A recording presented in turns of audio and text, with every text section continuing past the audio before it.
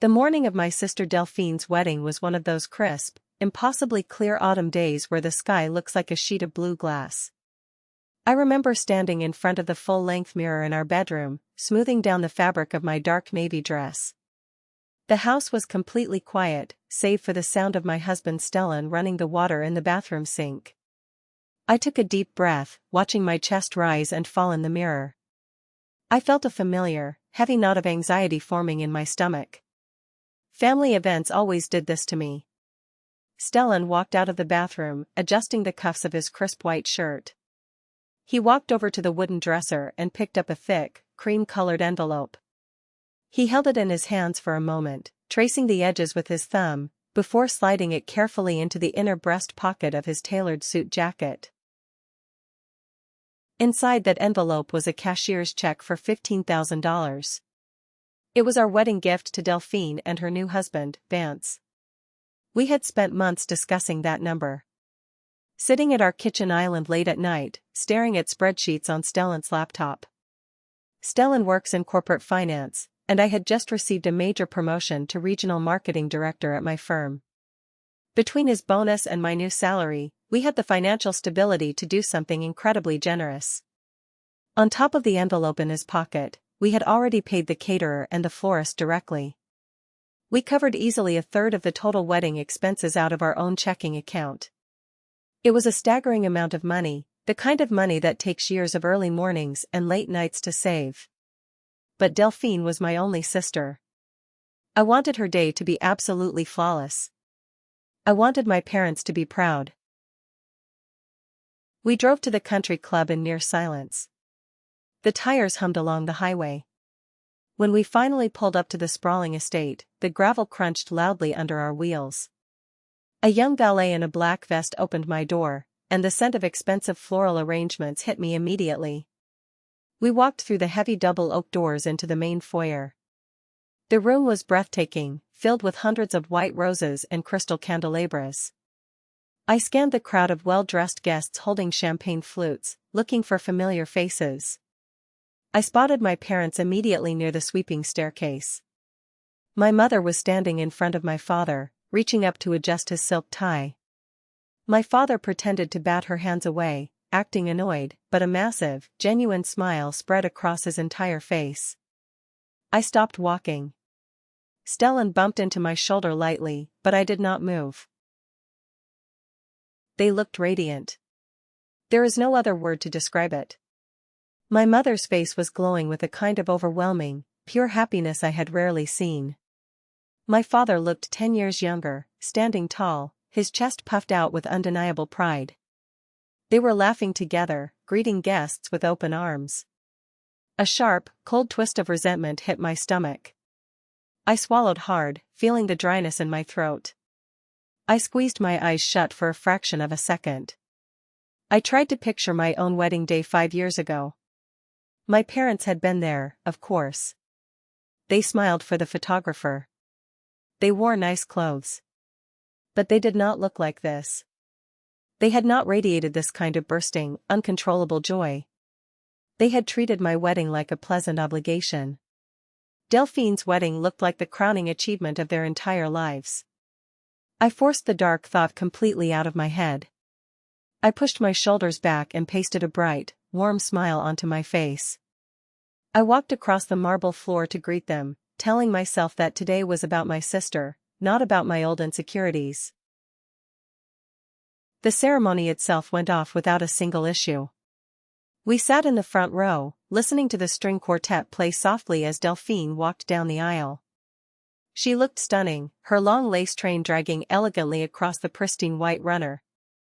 Vance stood at the altar, looking at her like she was the only person in the universe. I sat perfectly still, wedged between my father and Stellan, clapping at the right times, standing when instructed. I focused entirely on the details of the room to keep my mind completely blank.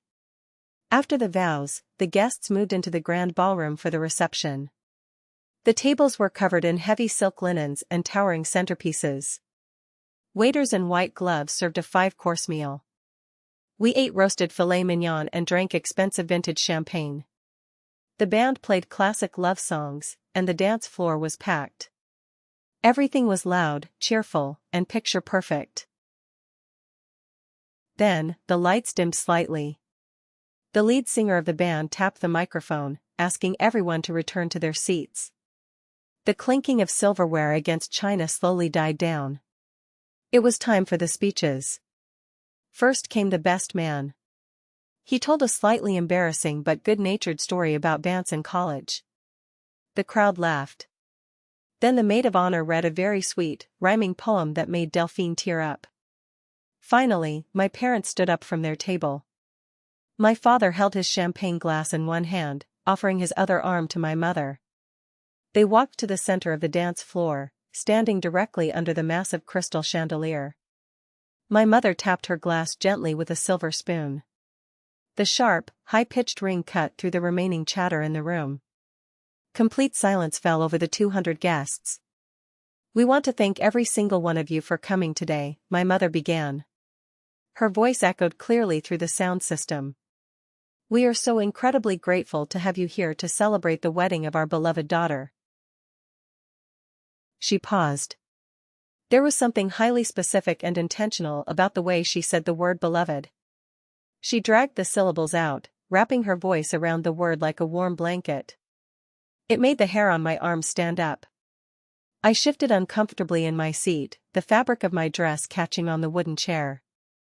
Stellan must have felt the sudden tension radiating from my body, because he reached under the heavy tablecloth and placed his large, warm hand firmly over mine. My father leaned toward the microphone. "Watching Delphine grow into the beautiful, compassionate woman she is today has been the single greatest joy of our entire lives. She has always been our special girl. She has always brought so much brilliant light into our home." I smiled. I nodded along with the rest of the aunts and uncles at our table. I gripped Stellan's hand under the table, my nails digging slightly into his palm. I told myself I was just being overly sensitive and jealous. Of course they loved Delphine. It was her wedding day. People always exaggerated their emotions during wedding speeches. Then, my mother shifted her weight. She reached down into her beaded evening bag resting on the table next to her. She pulled out a thick, cream-colored manila folder. The folder looked completely out of place against her elegant gown. "Vance, Delphine," my mother said, her voice shaking slightly with dramatic emotion. "Your father and I wanted to give you something to start your new married life together. Something permanent. Something incredibly special." She held the manila folder up high in the air for all 200 guests to see. "We are officially giving you our family home as your wedding present today." The entire ballroom erupted in loud gasps. A split second later, thunderous applause shook the walls of the venue. People were cheering loudly. Aunts were wiping their mascara. Uncles were raising their champagne glasses high in the air. I stopped breathing. The air simply left my lungs and refused to return. I froze completely. Beside me, Stellan's posture went entirely rigid. His hand, still covering mine, turned cold. I stared blindly at my parents standing in the spotlight. They were beaming with pride, waving at the cheering crowd. I looked over at the sweetheart table. I waited for someone, anyone, to laugh. I waited for my father to tap the microphone and say it was a grand joke, a metaphor for family love. But no joke came. They treated the house like it was some massive, ancient inheritance they were bestowing upon the rightful heir. I looked at Delphine. She did not look surprised at all. She was crying perfect, delicate happy tears. She stood up from her chair and threw her arms around Vance, hugging him tightly. Vance was staring at my parents with his mouth hanging wide open in genuine, complete shock. He clearly had no idea. But Delphine knew. The house. My parents' house. The 4-bedroom suburban house with the sprawling backyard. The house with the heavy mortgage that I had been paying every single month for the last 6 years. 6 years ago, my father's manufacturing plant cut his hours drastically. 6 months after that, my mother's rheumatoid arthritis flared up so badly she had to quit her job as a receptionist. They were drowning in debt. the bank sent warning letters. I stepped in. I did not even consult a lawyer to protect myself. I simply started transferring a massive chunk of my paycheck to their bank account on the first of every month to cover the mortgage, the property taxes, and the insurance. I sacrificed vacations. I sacrificed savings. I kept a roof over their heads. I managed to stretch my lips into a wide, completely hollow smile. But inside my head, a loud, violent ringing started. The blood rushed to my ears, drowning out the loud music the band had just started playing. Not once.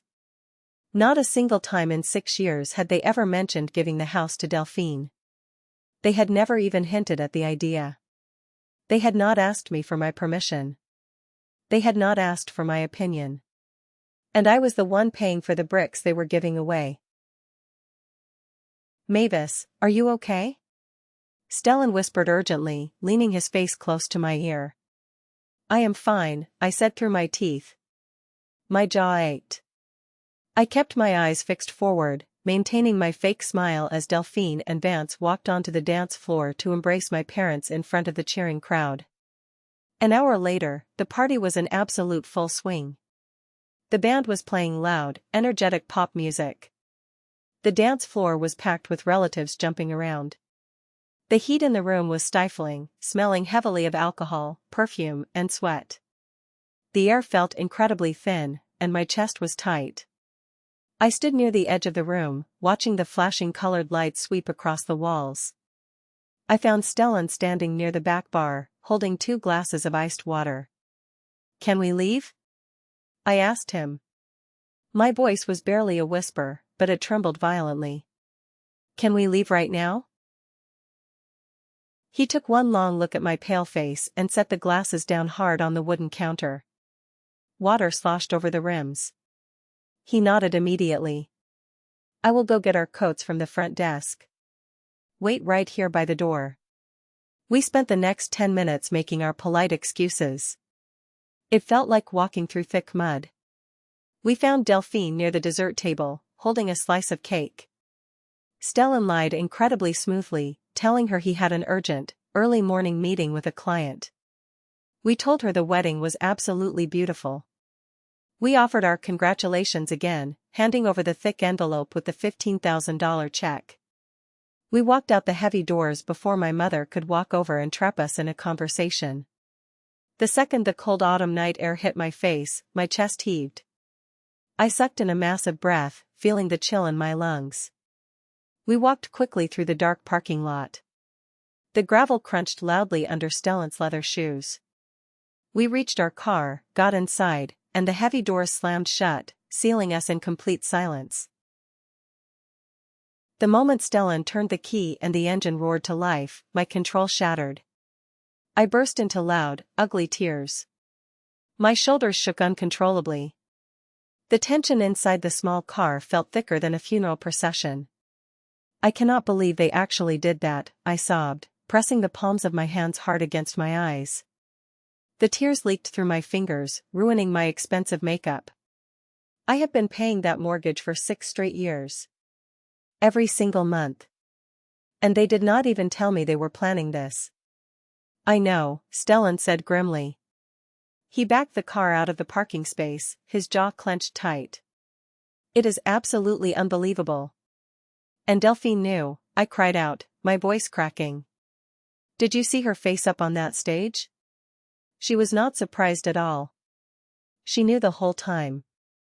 They planned this together behind my back. I reached into the center console and grabbed a handful of paper napkins. I wiped at my face aggressively. "This is not about the money," I said, looking over at Stellan. "I truly do not care about the money. I wanted to help them when they were struggling.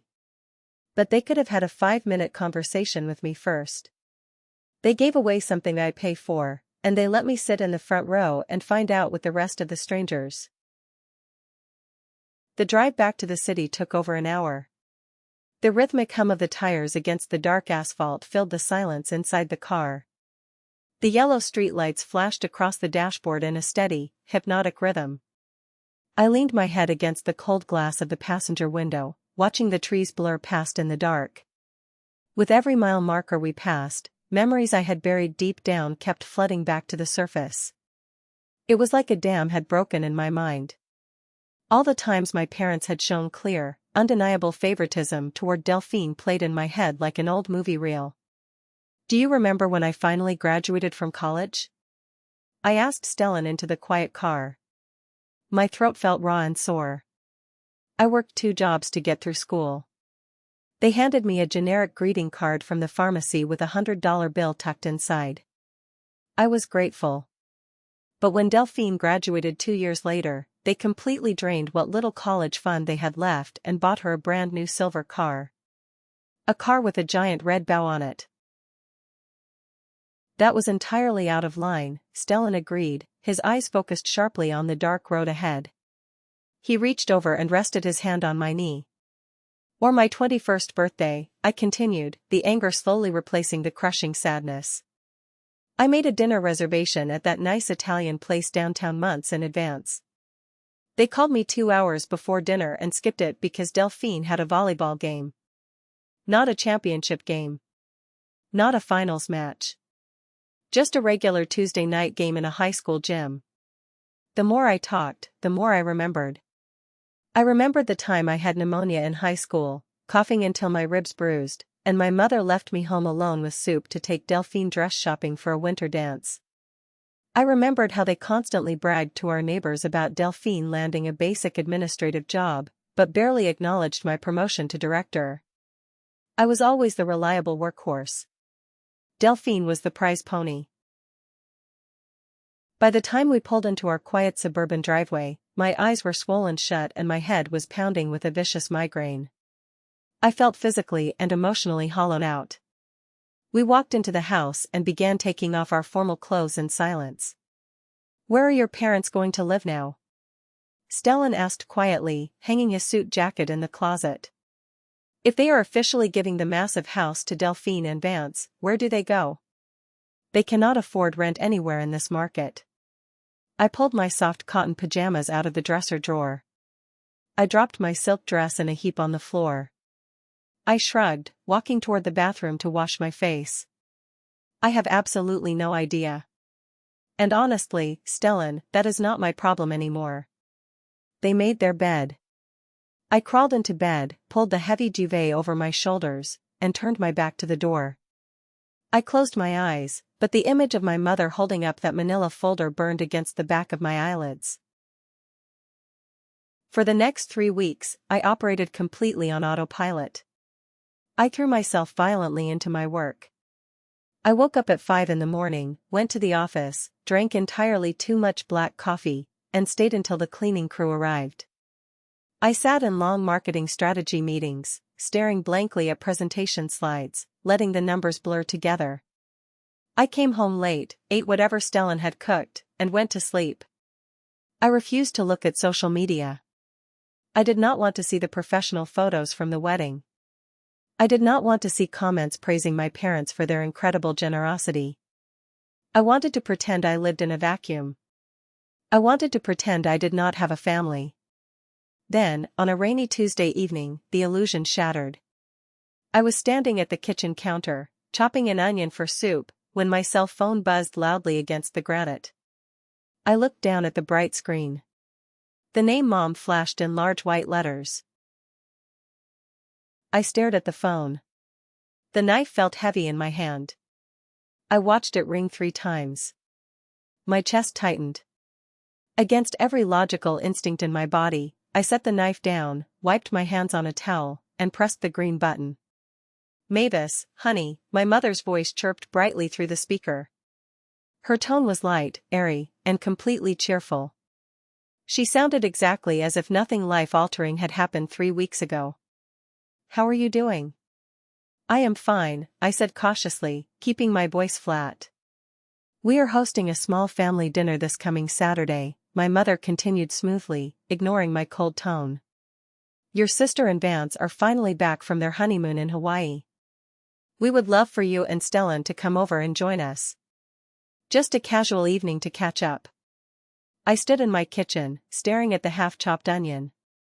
The silence stretched over the phone line. I wanted to say no. I wanted to hang up the phone, block her number, and never speak to her again. But some small, deeply buried, pathetic part of me hesitated. The daughter inside of me wondered if maybe they were calling to apologize. Maybe they had realized the massive boundary they had crossed. Maybe they wanted to sit down, look me in the eye, and explain their actions.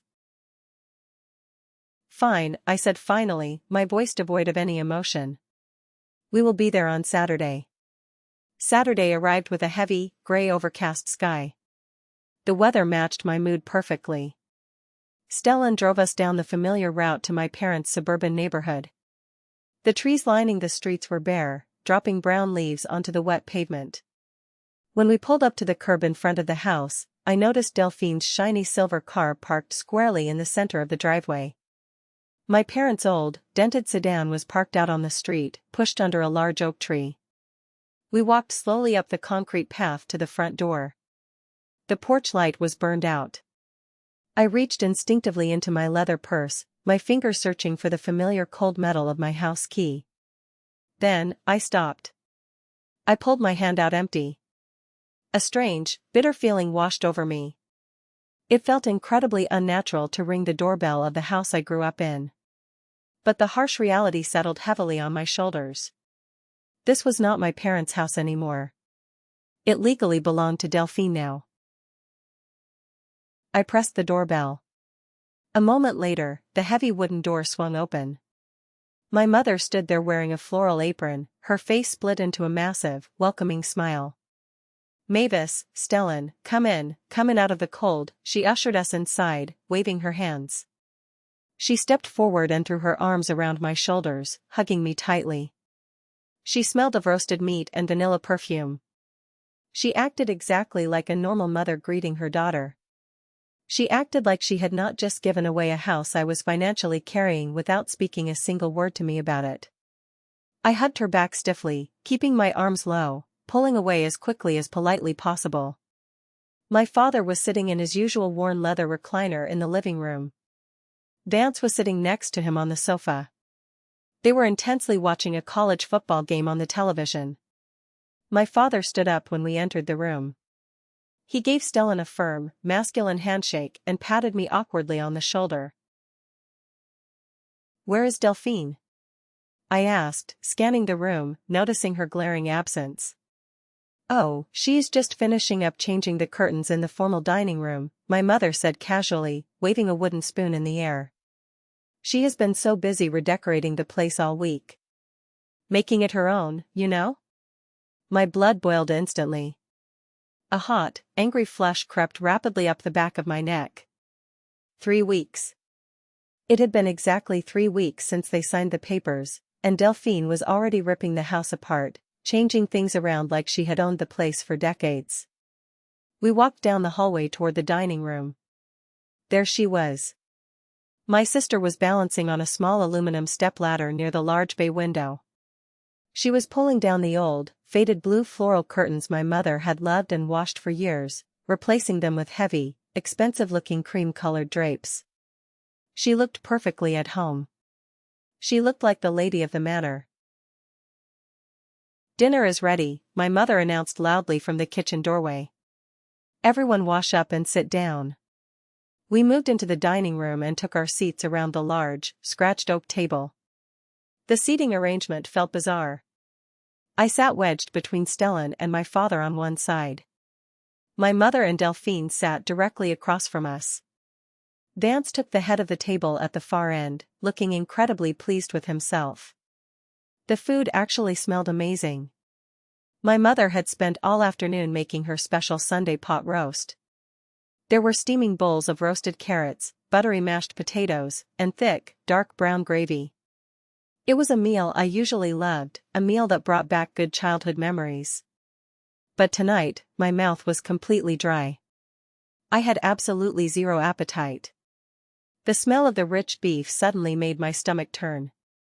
The first 20 minutes of the meal were dominated entirely by Delphine and Vance. They did not stop talking for a single second. They described their luxury resort honeymoon in Hawaii in excruciating, endless detail. They talked about the temperature of the ocean water. They talked about the expensive tropical drinks served in hollowed-out pineapples. They described their private sunset boat tour and their expensive couples massages. I picked up my heavy silver fork. I stabbed a soft piece of carrot and pushed it slowly from one side of my porcelain plate to the other. I nodded my head occasionally just to appear polite, staring at a small scratch on the wooden table. I chewed on a dry piece of dinner roll, trying to swallow past the tight lump in my throat. Stellan, bless him, stepped up and carried the burden of the conversation. He asked all the appropriate, polite questions. He asked about their flight delays, the resort food, and the weather. He actively kept the dialogue moving so I would not have to open my mouth and pretend to care. I sat there, cutting a piece of meat into tiny, perfectly even squares, feeling completely disassociated from the people sitting across from me. Friends going through a bitter custody battle look at each other with more warmth than I felt sitting across from my own sister right then. Finally, Delphine paused her endless monologue to take a long drink of her iced water. The dining room fell uncomfortably quiet. The only sound in the room was the harsh clinking of silverware scraping against porcelain plates. The silence dragged on, thick and heavy. My mother carefully set her fork down on the edge of her plate. She picked up a white cloth napkin and dabbed the corners of her mouth slowly. She cleared her throat loudly, a sound that immediately drew everyone's attention. "So, we wanted to talk to you about something important tonight, Mavis," my mother said. She folded her hands tightly together and rested them on the table. She looked directly at me. "Well, as you obviously know from the wedding announcement, we have officially given this house to Delphine and Vance as their wedding present." "Yes, I noticed that," I said flatly. I dropped my fork onto my plate. I did not blink. I stared right back at her. My mother continued speaking smoothly, acting completely deaf to the sharp, bitter edge in my tone. "The thing is, they are a young married couple now. They are just starting out their life together. They really need their own space to grow. They need privacy." I remained completely silent. I rested my hands in my lap, under the heavy tablecloth. I gripped the fabric of my dress tightly, squeezing my fingers together to stop them from physically shaking. I waited. I knew a trap was being laid, and I was waiting for the jaws to snap shut. My father shifted uncomfortably in his wooden chair beside me. He leaned forward, resting his heavy forearms on the table. "What your mother is trying to say," he mumbled, staring down at his half-eaten potatoes, "is that we cannot live here with them anymore. It is not fair to a newlywed couple to have parents lingering around. They need their privacy to build a family." "I see," I said slowly. My voice was colder than ice. I kept my facial expression completely blank. I still was not entirely sure where this winding, bizarre road was going, but every survival instinct in my body was screaming at me to put my guard up. "So, where exactly are you planning to live now? Are you renting an apartment downtown?" My mother and father exchanged a long, incredibly meaningful look across the table. It was the kind of look parents give each other right before delivering bad news to a child. Out of the corner of my eye, I noticed Delphine suddenly became intensely interested in her food. She ducked her head down, completely avoiding eye contact with anyone in the room, her blonde hair falling forward to hide her face. "Well," my mother started slowly. She reached out and unnecessarily adjusted the position of her water glass. "We have been thinking about this a lot lately. We weighed all of our financial options. And we have officially decided that we are going to move into your vacation home. It really is the perfect size for us. There are no stairs, and it is located in a nice, quiet, safe area near the lake." I stopped breathing. The air in the dining room felt like thick, heavy water pressing against my chest. The ringing in my ears returned, louder this time. I reached down and placed my silver knife neatly next to my plate. The metal clinked loudly in the deadly silent room. The vacation home they were casually referring to was a beautiful, rustic log cabin cottage located about 2 hours north of the city. I bought that cabin entirely with my own money years before I even met Stellan. I had sacrificed and saved aggressively for 5 years to afford the massive down payment on that property. I worked grueling overtime shifts. I worked almost every weekend in my 20s while my friends were out partying. I saved every single penny from my bonuses. That cabin was my safe haven. It was my sanctuary. It was the only place I could go to escape the noise of the city and the stress of my corporate job. Occasionally, once or twice a year, I let my parents use it when they wanted a quiet weekend away to relax by the lake. Let me make absolutely sure I understand this correctly, I said. I kept my voice terrifyingly level and quiet. The anger inside me was so pure it felt cold. You gave away your primary house. The house that I have been personally paying the heavy mortgage on for the last 6 straight years. You gave it to Delphine. And now, you sit here and tell me you think you are just going to pack up your boxes and move permanently into my private vacation home without even bothering to ask me first? Gemini de Noi Tessa, my father said, his voice dropping into a low, warning register. He pushed his plate away from him, the porcelain scraping harshly against the wood. Be completely reasonable here. Where else are we supposed to go? You know we do not have the retirement savings to rent a luxury apartment in the city. Rents are astronomical right now. I stared at him. The sheer entitlement radiating from his words hit me like a physical blow to the chest. I felt my jaw lock tight. I pressed my fingernails into my palms under the heavy tablecloth until it hurt. That is not my problem, I said. My voice was steady, but it was completely devoid of any warmth. I sounded like a stranger. You had a house. You had a massive 4-bedroom house that I was paying for with my own hard-earned salary. You had stability. But you took that house, and you gave it away without consulting me even once. And now, you expect me to just hand over the keys to my private vacation home so you can live rent-free by the lake. It is not like you even use it that much, Delphine chimed in suddenly. I whipped my head around to look at her. She had finally looked up from her mashed potatoes. Her face was set in a defensive, petulant pout, the exact same expression she used when we were teenagers and she wanted to borrow my clothes without asking.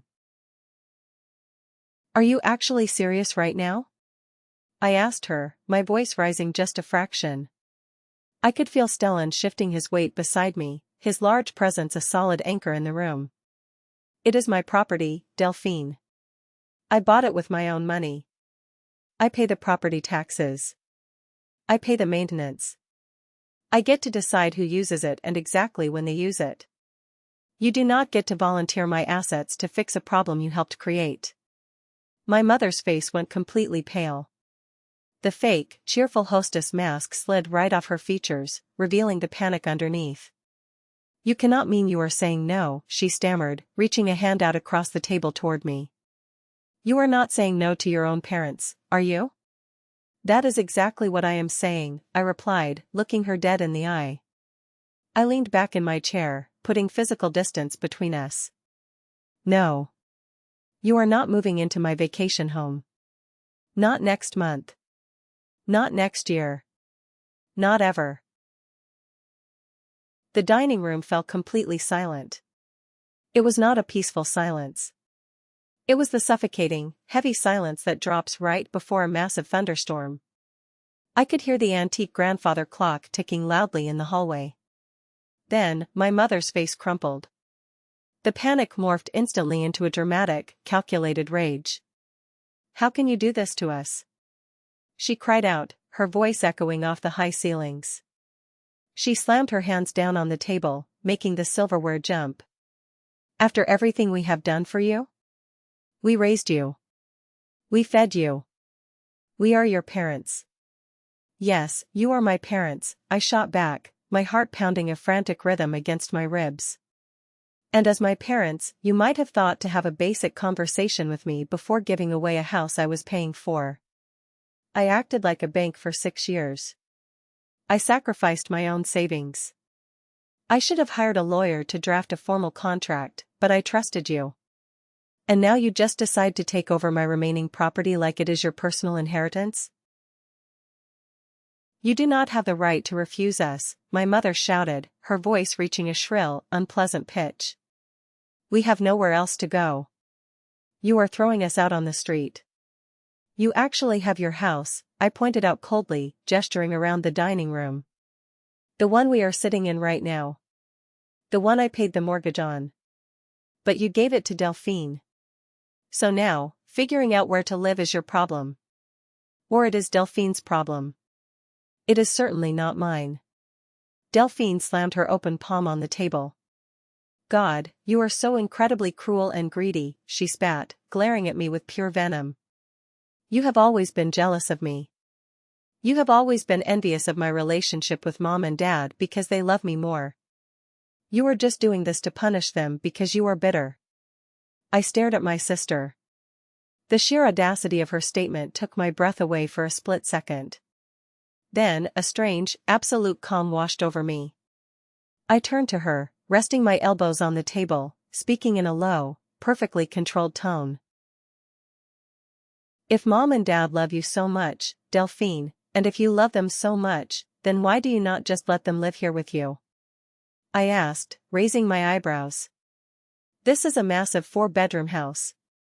You and Vance only take up one room. There is plenty of space for them to stay right here in their old master bedroom. Delphine's mouth snapped shut instantly. The color drained from her cheeks. She looked away from me quickly, suddenly finding the scratch on the wooden table absolutely fascinating again. That is not the point, she mumbled, crossing her arms defensively over her chest. Vance and I need our privacy to start our marriage. And I need my vacation home to maintain my sanity, I countered smoothly. Sounds like we both have needs. The difference is, I own my home, and you got yours handed to you on a silver platter paid for by me. My parents both started talking over each other at the exact same time. They were telling me how wrong I was. They called me disappointing. They called me a selfish, ungrateful daughter. They sounded like people fighting a bitter custody battle over a piece of furniture, desperate and loud. I stopped listening. I stood up from my chair, the wooden leg scraping loudly against the hardwood floor. I reached down and picked up my heavy leather purse. Stellan, I think we are completely done here, I said. Stellan stood up immediately. He did not say a single word to my parents or to Vance. He simply placed his hand firmly on the small of my back and guided me out of the dining room. We walked down the hallway, retrieved our coats from the closet, and walked out the front door into the cold, damp evening air. We did not look back. The next day, my phone exploded. I woke up on Sunday morning, poured myself a cup of black coffee, and sat down at the kitchen island.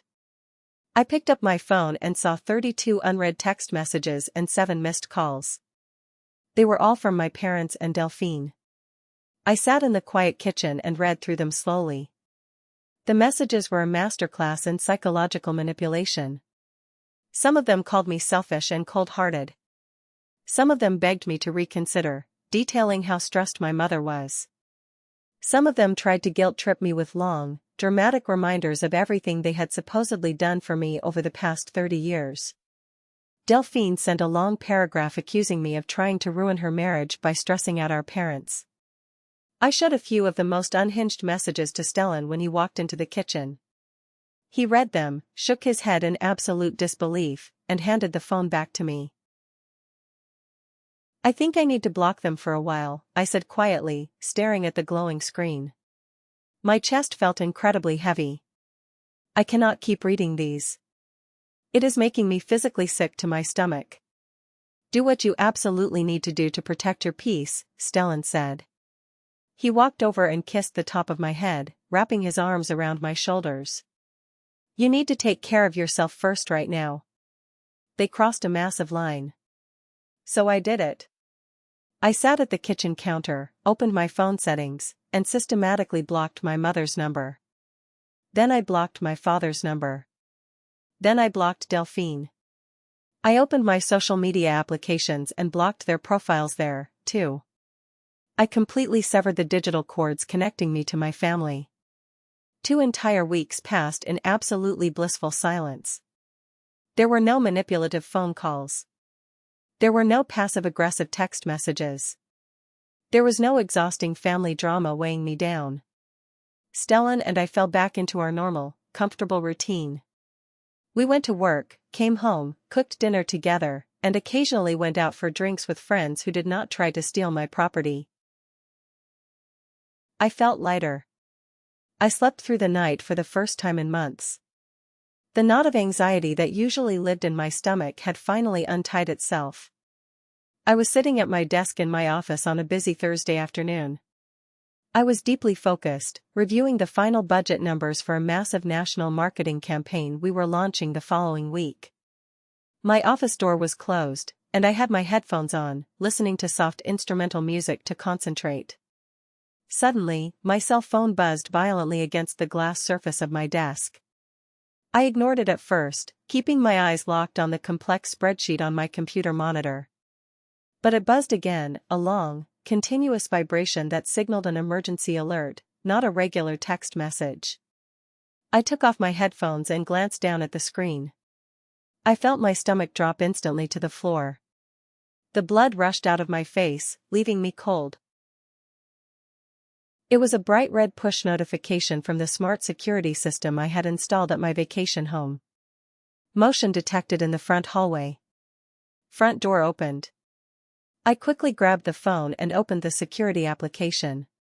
My hands were shaking so badly I typed my password in wrong twice. When the application finally loaded, it confirmed my worst fear. Someone had physically used a metal key to unlock the heavy wooden front door of the cabin, but they had not entered the 4-digit code on the keypad to disable the alarm system. The security company protocol was strict. They would be calling my cell phone any second to verify if this was an authorized entry before dispatching the local authorities. Sure enough, before I could even close the application, my phone began ringing loudly. The caller identification displayed the name of the security monitoring center. I answered it on the first ring. Miss Wilson, a calm, professional female voice said over the line. This is Safeguard Security Services. We have detected a perimeter breach and unauthorized entry at your property on Pine Ridge Road. We are receiving motion sensor alerts from the main living area. Is this an authorized entry? Are you currently at the premises? No, I said firmly, standing up from my desk. My heart was pounding furiously in my throat. I am currently in the city at my office. I am not there, and absolutely no one has my permission to be inside that house right now. Please dispatch the police to the property immediately. I hung up the phone with the security company and immediately called Stellan. He answered after 2 rings. I quickly explained the situation, grabbed my coat from the back of my office door, and walked out to the elevator. We agreed to meet at our apartment building garage and drive up to the cabin together. An hour later, we were speeding down the highway, heading north out of the city. The sky was a pale, dreary gray, threatening rain. The heater in the car was blasting, but I still felt completely frozen. My phone rang through the car's Bluetooth audio system. It was an unknown local number. I pressed the answer button on the steering wheel. Miss Wilson, a deep, authoritative voice boomed through the car speakers. This is Officer Rhea from the local county police department. We received a dispatch call from your security company regarding a potential break-in at your property on Pine Ridge Road. Yes, officer, I replied, gripping the steering wheel so tightly my knuckles turned white. I am the homeowner. Are you currently at the property? We are currently on the scene, Officer Rhea confirmed. The background noise over the phone sounded like wind blowing through pine trees. We have 2 older individuals detained outside on the front porch. They claim to be your parents. They had a physical key to unlock the deadbolt, but they triggered the internal motion sensors. They admitted to us that they do not have your explicit permission to be occupying the residence today. I closed my eyes tightly for a second, confirming my absolute worst suspicions. The audacity of their actions was staggering. They had actually packed their bags and driven up here, assuming I would just cave and let them stay once they were inside. Yes, officer, I said, keeping my voice remarkably steady despite the rage boiling in my chest. They are indeed my parents. However, they absolutely do not have my permission to be anywhere near my property. I explicitly told them 2 weeks ago they were not allowed to move in. I understand, ma'am, the officer said calmly. This happens more often than you would think with family disputes. How would you like us to proceed today? We can physically remove them from the property right now. But since they used a key you previously provided rather than breaking a window for forced entry, it puts this in a bit of a gray area for immediate criminal burglary charges. I will come up there and handle it in person, I decided firmly. My husband and I are driving up the highway right now. We are about 45 minutes away. Please keep them off the property until we arrive. We will hold the scene, ma'am, he replied, and the line went dead. The rest of the drive was incredibly tense. I alternated between burning anger and absolute disbelief. How could they possibly do this? After I looked them in the eye, at a dinner table, and explicitly told them no, they packed their belongings and tried to forcefully move into my house anyway. Who actually does that? What kind of parents treat their child's boundaries with such total disregard? When we finally turned onto the winding dirt road leading to my cabin, the tall pine trees blocked out most of the gray afternoon light. The tires rumbled over the uneven dirt. As we cleared the tree line and pulled into the gravel driveway, the scene in front of my house came into full view. There was a large, black and white police cruiser parked diagonally across the driveway, its blue and red lights flashing silently, reflecting off the dark wood of the cabin. 2 uniformed police officers were standing near the front steps, their arms crossed over their protective vests. Sitting on the bottom wooden step of my front porch were my parents. They looked absolutely miserable. My mother had her heavy wool coat pulled tight around her shoulders, her face buried in her hands. My father was staring blankly at the gravel, looking exhausted and defeated. Stacked haphazardly on the wet grass beside them were 4 large suitcases, 2 plastic storage bins, and several cardboard boxes filled with kitchen supplies. They had truly intended to move in permanently today. My father looked up when he heard the crunching of our car tires. He stood up quickly from the wooden step. "Mavis, thank God you are finally here," he called out, his voice thick with false relief. He took a step toward our car, but one of the officers immediately put a hand up, gesturing for him to stay back. "Tell these officers there has been a massive misunderstanding. Tell them we are your parents." I put the car in park and turned off the engine. I unbuckled my seatbelt, took a deep breath of the crisp mountain air, and opened the door. Stellan got out on the passenger side, walking around to stand solidly right behind my right shoulder. I did not even look at my parents. I walked straight past them, keeping my eyes locked on the taller of the 2 police officers.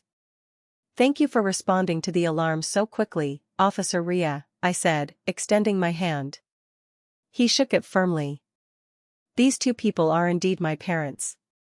But as I stated on the phone, they do not have my permission to be here, and they do not have my permission to live in my house."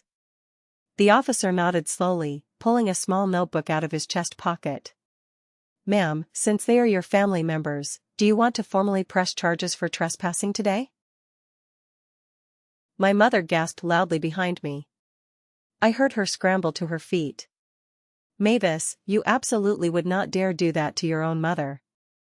I turned around slowly to look at her. Her hair was messy, and her eyes were wide with dramatic outrage.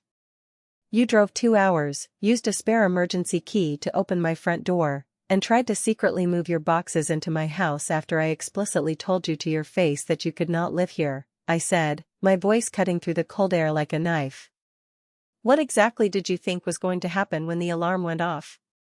Did you think I would just cancel the police and tell you to make yourselves comfortable?" "We did not break in like criminals," my father protested loudly, waving his arms in the air. "We used the key you gave us 3 years ago. We are family. This is all your fault for being so stubborn." My mother suddenly stepped forward, her face twisting with anger. "If you had just been a decent, grateful daughter and let us stay here like we originally planned, none of this completely embarrassing mess would have happened. We would not be standing out here in the freezing cold being treated like common street criminals by these officers. I stared at her. I simply stood in the gravel driveway and stared at the woman who raised me. The sheer, blinding narcissism required to twist this situation and blame me was almost impressive. My fault? I repeated, my voice dangerously quiet. The woods around us felt completely still. You gave away a massive house. A house I was paying the heavy mortgage on for 6 long years without consulting me once. Then you secretly schemed with Delphine to take over my private property without my permission. And somehow, sitting on my porch with your luggage and a police escort, this is my fault? You are so incredibly arrogant, Mavis, my mother continued, completely ignoring my logical points. She was working herself into a frenzy, pointing a shaking finger at my face. You are so irresponsible. We raised you so much better than this. We gave you everything we had, and you leave us out in the cold. Mom, stop talking right now, I snapped, raising my voice enough to echo off the trees. The sharp tone cracked like a whip. You are completely embarrassing yourself. You and Dad just tried to break into my private sanctuary to move in after I explicitly told you no. And now you are standing here, in my driveway, in front of 2 armed police officers, yelling at me about how I am the one being irresponsible. Listen to yourself. You sound completely delusional. That harsh, unfiltered truth seemed to finally break through her wall of denial. She abruptly snapped her mouth shut. The color drained from her face, leaving her looking old and incredibly fragile. But her eyes were still burning with stubborn indignation. I turned my back on her and faced Officer Rhea again. I lowered my voice so my parents could not hear the details. I would like a word in private, please, I said smoothly. We stepped a few paces away, standing near the front bumper of the police cruiser. Stellan stayed close by my side. I really do not want to press formal criminal charges against them, I said quietly, keeping my tone professional. It would destroy whatever is left of the family, and I do not want to drag this into a courtroom. They are still my parents, even if they are acting completely unhinged right now. But I absolutely cannot have them staying here. I need them removed from the premises immediately. Officer Rhea nodded understandingly, clicking his pen closed. We completely understand, ma'am. Family dispute situations can be incredibly complicated and emotionally draining. We see this kind of thing frequently. Here's what we can do. We can pack them into the cruiser, take them down to the local county station for a few hours, and give them a very stern, official warning about trespassing on private property. We will release them without charges later this evening. Sometimes, spending a few hours sitting on a hard bench in a holding cell area can be a very effective reality check for people who think the rules do not apply to them. I considered this option for a moment.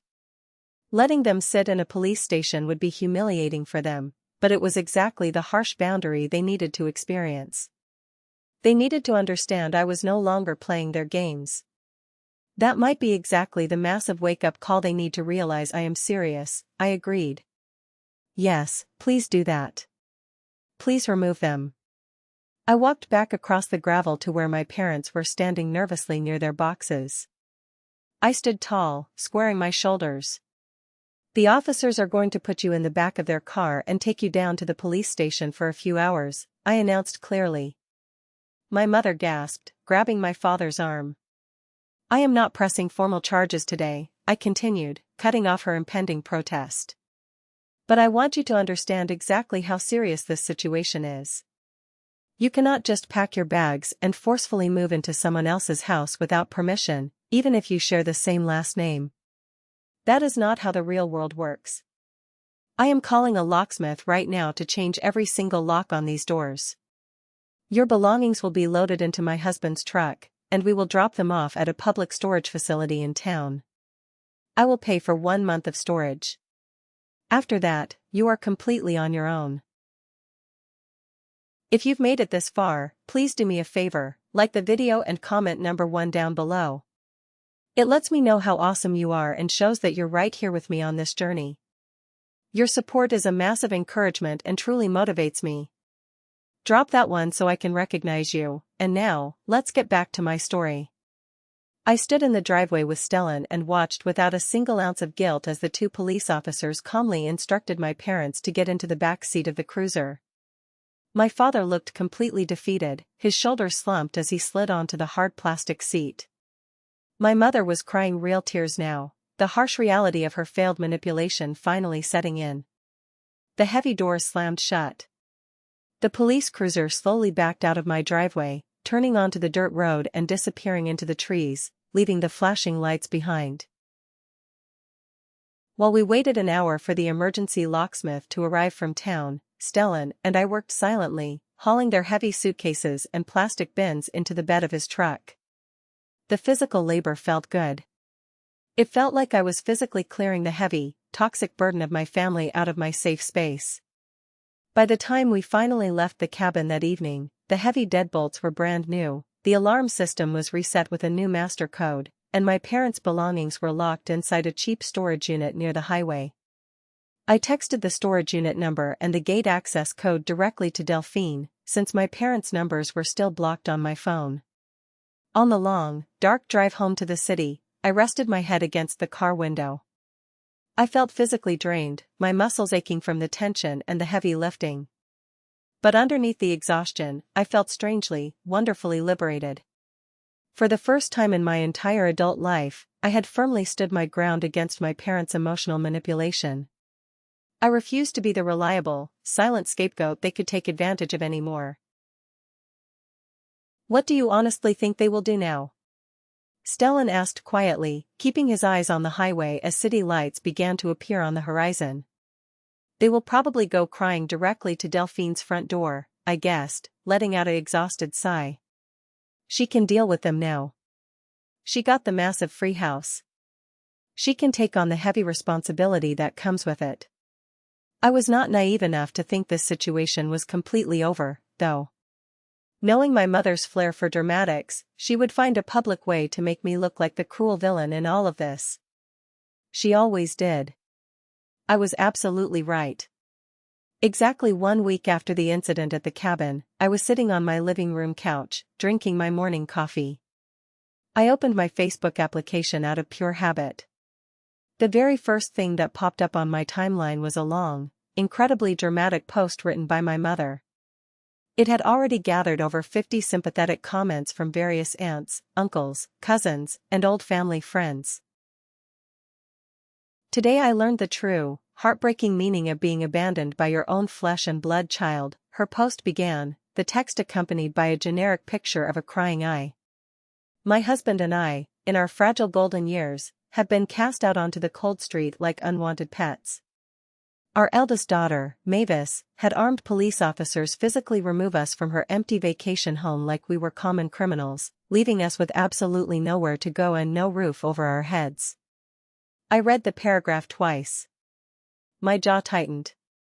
The post went on for 3 more paragraphs, painting a vivid, entirely fictional picture of their suffering. Conveniently, my mother completely left out the massive fact that they had just given their fully functional house to Delphine as a wedding gift. She left out the fact that I had been paying their heavy mortgage for 6 straight years out of my own salary. And she certainly left out the fact that they had broken into my property against my explicit, verbal refusal. I scrolled slowly through the comment section. My stomach turned sour. People I had known my entire life were calling me a heartless monster. My Aunt Brenda commented that I was cruel and ungrateful. An old neighbor wrote that I should be deeply ashamed of myself for disrespecting my elders. Something hard and sharp snapped inside of my chest. The last remaining shred of daughterly protection I held for them evaporated entirely. I was done being the silent villain in their carefully crafted fairy tale. I set my coffee mug down hard on the glass coffee table. I opened a new, blank post on my own Facebook profile. It was time for everyone in that comment section to hear the complete, unedited truth. I started typing quickly, my thumbs flying across the screen. I did not use emotional language. I stuck strictly to the cold, hard facts. I have purposefully stayed silent about private family matters until now, I wrote, making sure the post was set to public. But since my mother has chosen to make our personal issues highly public to gather sympathy, I feel I need to share the actual, documented facts of this story. Here are the details that were conveniently left out of my mother's heartbreaking post this morning. I took a deep breath and listed the points systematically. For the past 6 straight years, I have been personally paying the entire mortgage, insurance, and taxes on my parents' primary house because they could not afford it. I sacrificed a massive portion of my salary to do this willingly because they are my family and they needed the financial help to avoid foreclosure. 3 weeks ago, at my sister Delphine's wedding, which my husband and I also helped pay for, my parents publicly announced they were giving their house, the very house I have been paying for, to my sister as a grand wedding gift. They legally transferred the property without consulting me, without asking me, or even giving me a private heads-up. When I finally confronted them after the wedding, they casually informed me that they had secretly planned to move into my private vacation cabin. Again, without asking me. They had worked this entire scheme out with my sister before she even walked down the aisle. She would get their massive house free and clear, and they would simply take over my property for their retirement. When I explicitly refused to let them move into my vacation home, they attempted to move in anyway. While I was at work, they drove up, used an old spare key, and triggered my smart security system.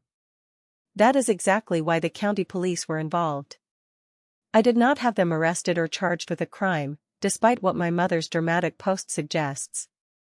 I simply had the police remove them from my private property because they were actively trespassing. I then paid out of my own pocket for a storage unit to hold their belongings safely. I typed out the final, crushing paragraph. If my parents are truly desperate for a place to stay, perhaps they should ask my sister, Delphine. She now legally owns a massive 4-bedroom house, entirely thanks to their generosity and my 6 years of financial support. I have always done my absolute best to help my family financially. But I absolutely will not be taken advantage of, stolen from, or painted as a cruel villain for refusing to give up my sanctuary after already paying for theirs. Family goes both ways. It is about mutual respect, not just taking whatever you want because we share DNA. I read the post over one time to check for spelling errors. I did not second-guess myself for a single second. I hit the blue post button. Stellan walked into the living room holding 2 fresh cups of coffee. I just nuked the entire family dynamic, I told him, tossing my phone onto the couch. Good, Stellan said simply, handing me a warm mug. It is about time you set the record straight. The response was almost instantaneous.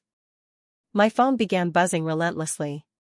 Comments started rolling in by the dozens from cousins, aunts, uncles, and the exact same family friends who had been cursing my name 10 minutes earlier. But unlike the comments on my mother's post, these were completely different. The tone shifted violently. I had absolutely no idea you were paying their mortgage for 6 years. That is so incredibly unfair of them. Wait, they gave away a house that you were actively paying the bank for. Are you serious? Delphine, you need to let your parents move in with you. This is ridiculous. I should have felt a massive wave of vindication reading those comments. But mostly, sitting on my couch, I just felt deeply, profoundly tired. This whole situation was utterly exhausting. Broadcasting my private family trauma publicly on the internet did not exactly feel great, even if I was just defending my own reputation against vicious lies. 2 days later, my cousin Jessica called me on my cell phone.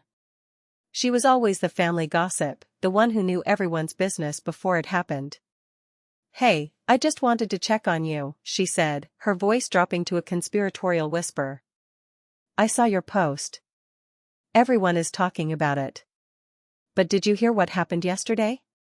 Hear what? I asked, leaning back in my office chair. Your parents tried to go back to their old house. I mean, Delphine's house now. They showed up with a moving truck they rented, expecting her to let them move into the guest rooms. I sat up straighter, my interest genuinely piqued. Seriously? What did she do? Jessica let out a harsh laugh. Delphine literally would not let them through the front door. She told them they were ruining her newlywed phase. She told them it is legally her house now, Vance wants his privacy, and there is absolutely no room for them to live there. She turned her own parents away on the porch. I blinked at the wall. The sheer hypocrisy of the situation was staggering. They are staying in some cheap, crappy apartment complex across town now, Jessica continued. It is a tiny one-bedroom place. And your mom actually had to go back to working full-time as a receptionist just to afford the monthly rent and utilities because they gave away their equity. I hung up the phone a few minutes later and sat in silence. I did not know exactly how to feel about that piece of news. Part of me, the angry, vindicated part, thought they got exactly what they deserved. This was the miserable situation they had meticulously created for themselves by being greedy and deceitful. But another, softer part of me still felt a tiny, brief pang of sympathy. They were old, and now they were struggling again. When I told Stellan the news over dinner that night, he just shook his head. It is just pure karma, Mavis. They made their choices. Yeah, I agreed, pushing my food around my plate. But I really do not feel as perfectly satisfied and happy about it as I thought I would. That is because you are a fundamentally good person, Mavis, Stellan remarked, reaching across the table to hold my hand. Unlike some other people we could mention. You have empathy. They do not. Over the next few weeks, my parents tried to contact me several more times from new, unrecognized phone numbers. I saw the voicemails piling up on my phone, but I could not bring myself to listen to them. I was not ready. The betrayal was still too fresh, the wound still too open. One night, as Stellan and I were turning off the lights to go to sleep, he asked me a quiet question. Do you think you will ever actually forgive them for what they did? I lay in the dark, staring at the ceiling, thinking about it for a long time. Maybe someday, I whispered into the quiet room. Not for their sake. But for mine. Carrying around all this heavy, toxic anger in my chest is not healthy. It exhausts me. And Delphine? He asked. I let out a long, slow sigh. That is much more complicated. She knew exactly what they were planning the entire time. She was an active, willing participant in the theft. And then, after securing her prize, she turned them away when they were homeless and needed her the most. That shows exactly who she is. At least you know exactly where you stand now, Stellan said, pulling the blankets up. There are no more fake illusions about who is actually important to them and who is not. He was absolutely right. As incredibly painful as this entire experience had been, it had violently torn away the heavy pretense I had spent my entire life carrying. I had spent 30 years bending over backwards, sacrificing my own happiness, trying desperately to win my parents' genuine approval. I wanted to be seen as special as Delphine was to them. Now, I knew with absolute certainty that was never, ever going to happen. And strangely, wonderfully, that harsh knowledge was incredibly freeing. I did not have to try anymore. The game was over, and I could finally walk off the field. The next morning, I saw another missed call and a new voicemail from my mother's number. This time, I pressed play. Mavis, her voice floated out of the small speaker. It sounded completely different now. It was smaller, fractured, and lacked all of its usual demanding authority. Mavis, we made a mistake. A really big, terrible mistake. I know you are furious with us, and you have every right in the world to be. But please, please just call us back. We are so sorry. We need to talk to you. I listened to the message all the way to the end. I did not feel the familiar twist of guilt in my stomach. I simply pressed the delete button. Maybe someday in the distant future, I would be emotionally ready to sit down and hear their apologies, if that is truly what they were offering. Maybe someday I would be ready to have them back in my life, but only on entirely new terms, with massive, unbreakable boundaries built out of steel. But not today. Today, I was still learning how to put myself and my husband first. It was something I should have started doing a very long time ago. As for my beautiful vacation cabin by the lake, I decided to hire a property management company and list it for short-term rentals. The extra monthly income was fantastic, and honestly, I really liked the idea of the peaceful place being used and enjoyed by happy families, rather than sitting empty in the woods as a monument to a crisis averted. I took back my life, I took back my finances, and I finally found my peace.